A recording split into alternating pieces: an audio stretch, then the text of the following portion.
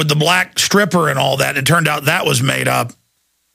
There's this real desire to get racial tension going. Overall, why do you think that's going on, Webster?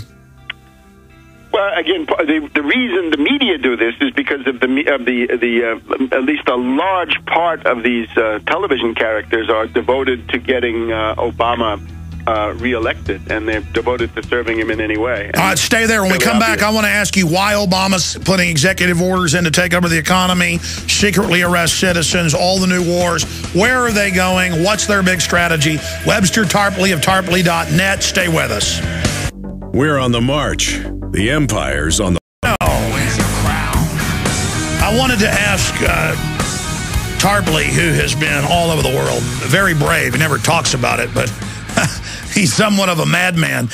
He has been in Libya under bombardment. He's gone to Syria, to the areas where people are being killed by snipers. He has been into Central Africa during massacres that are going on. He really is an amazing person, because I have courage, the courage of my convictions, but I'm kind of lazy when it comes to, giant airports with people with leprosy and cigarette smoke billowing everywhere and mosquitoes and malaria. And it's not even fear. I don't want to be around it. It's like, you see what I'm saying? It's more of a form of laziness than... I know we've got one reporter that wants to go to Syria to cover stuff over there, and I'm just like, man, I mean, just by extension, I don't want to be around it. Tarpley has a lot of courage, and I want to get his report from his latest travels on that, because Tarpley, you got proven right about Al-Qaeda blowing up police stations. They call it protesting when Al-Qaeda...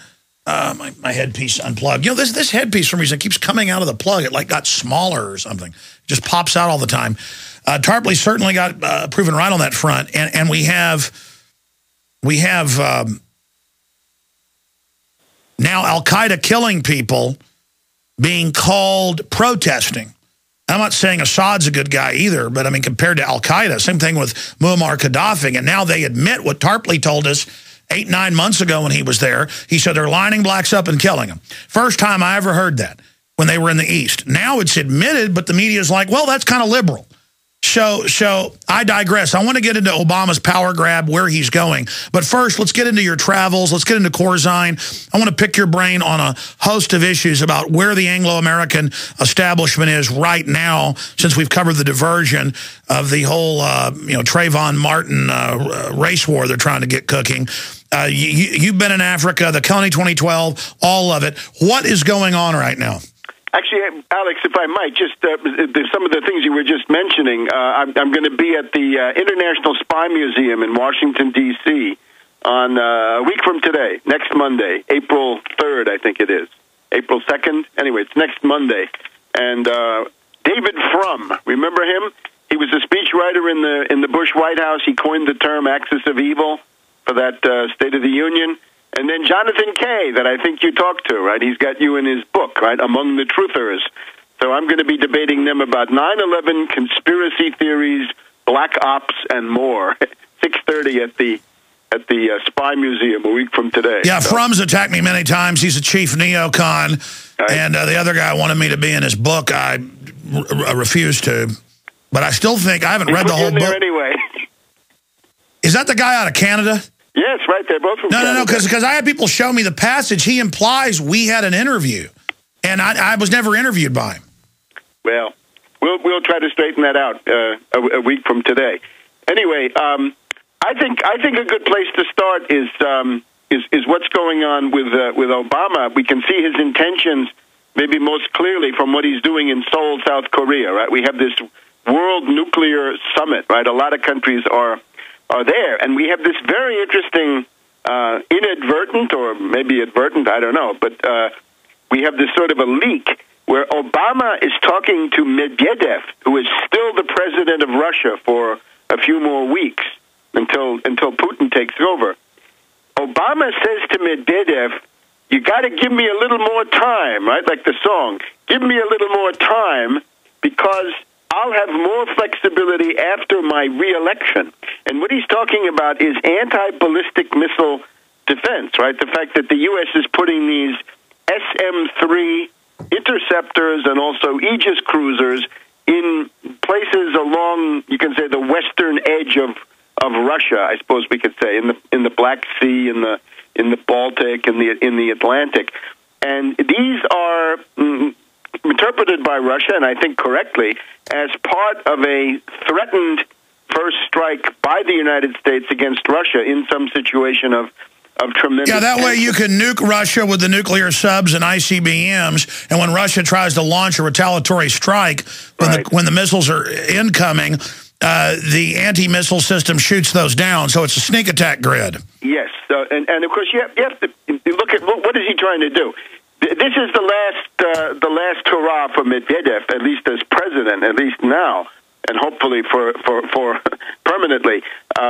Medvedev has been an absolute disaster. Medvedev is a weakling. He's an appeaser. He did that hamburger diplomacy with Obama. That was idiotic. He went to Silicon Valley and fawned on Jobs and Gates and these people. He's got all kinds of problems, right? He's got a long list. But now he's on his way out. So you can see what Obama's trying to do is to get the last use that they can out of this weakling Medvedev to try to delay the Russian countermeasures. In other words, the Russians say, fine, if you put in this system that's directed against us, then we're going to install these Iskander short-range ballistic missiles in the area around Kaliningrad. Now, you take a look at that. That's the old East Prussia. It's separated from the main body of the Russian Federation by the Baltic states, right, Latvia, Lithuania, Estonia, which are now independent countries and indeed NATO members. But the Russians still have this exclave, right? It's like an island of Russia that sits much further west in territory that used to be Germany, right? So it's East Prussia.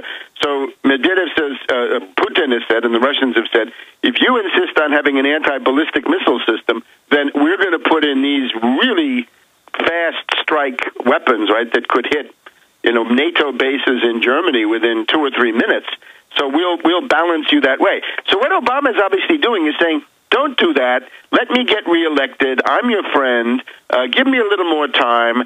I need some space. And indeed, it looks like Medvedev says, for whatever it's worth, yes. But that's Obama's standard deal.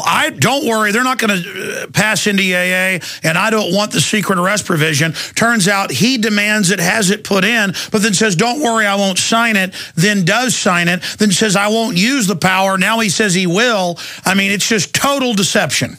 Right, and that's of course Obama's stock in trade. Whereas with Bush we had this blunt, in-your-face, brute, reactionary, imperialist, aggressor, warmonger.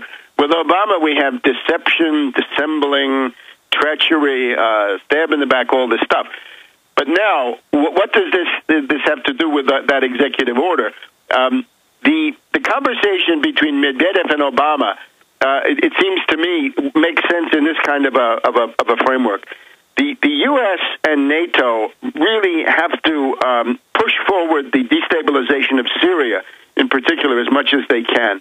And once you do that, once you get involved in some kind of conflict with Syria, then you're likely to be embroiled in a conflict with Iran and Hezbollah and others at the same time. This is at least the logic of a possible plan, maybe not the plan, but a plan. And if you get to a confrontation, suppose the U.S. says we're going to attack Iran, and Russia says don't do it. Iran, of course, you look at the map, right? It's very close to the southern edge of what used to be the Soviet Union. You have the Caspian Sea. If you had a pro-NATO militant government in Iran, this would be the gateway to destabilize the Transcaucasus, lots of parts of Russia. The Central Asian states would drift further away from Russia. It would be really a They could send in all the loving al-Qaeda forces. I want to shift gears away from Russia. I know you're focused on that right now because it's the heart of all this. A general encirclement. But what about Syria, where they say al-Qaeda blowing up bases and police departments is the new protesting? They're actually calling it loving protesting, and a police fire back, it's called outrageous. Well, it looks to me like these are the tactics of desperation. Now, thanks to the fact that Medvedev has been pushed into the background, because that is what has made it possible, the ascendancy of Putin and the fact that the Russians have vetoed these attack resolutions, and they've taken the Chinese with them on that, that has now allowed the Syrian army to go into these neighborhoods, really, these parts of cities which had been the only strongholds of these rebels, right? I call them death squads, right? Because that's really what they are. It's NATO death squads that have come in from abroad, plus the deserters and draft resistors and others that they've gathered around them, plus fanatics from the Muslim Brotherhood and Al-Qaeda and so forth. Those have been pretty much methodically quelled. That would be Homs, that would be Idlib in the north, that would be Daraa in the south. There's another town over by the Iraqi border that has been quelled. They're all along the borders because that's where NATO has been able to ship in their fighters and their supplies and so forth. So right now, the actual rebellion, the activity of the death squads and their fellow travelers has reached a low ebb. And the response to that, of course, by these desperados, the rebels, if we can call them that, is to say, well, we're going to go to Damascus now. We're going to take the war to Damascus and carry out terrorism in Damascus. And the people doing this, indeed, are, in many cases, Al-Qaeda veterans. Some of them are Al-Qaeda veterans that fought under Belhaj in Libya last summer, and they've then been shipped over to Turkey and then into Syria. That's where they're now operating. So what we've always said, that Al-Qaeda is the CIA Arab Legion, Al-Qaeda is the infantry of NATO when they attack these countries. And then it's also used to take our liberties. But what do you make of the admissions now that Google is NSA run, with the former head of DARPA running it, and that they did indeed do the Arab Spring? Why do they want to put Muslim extremists in charge of all these countries?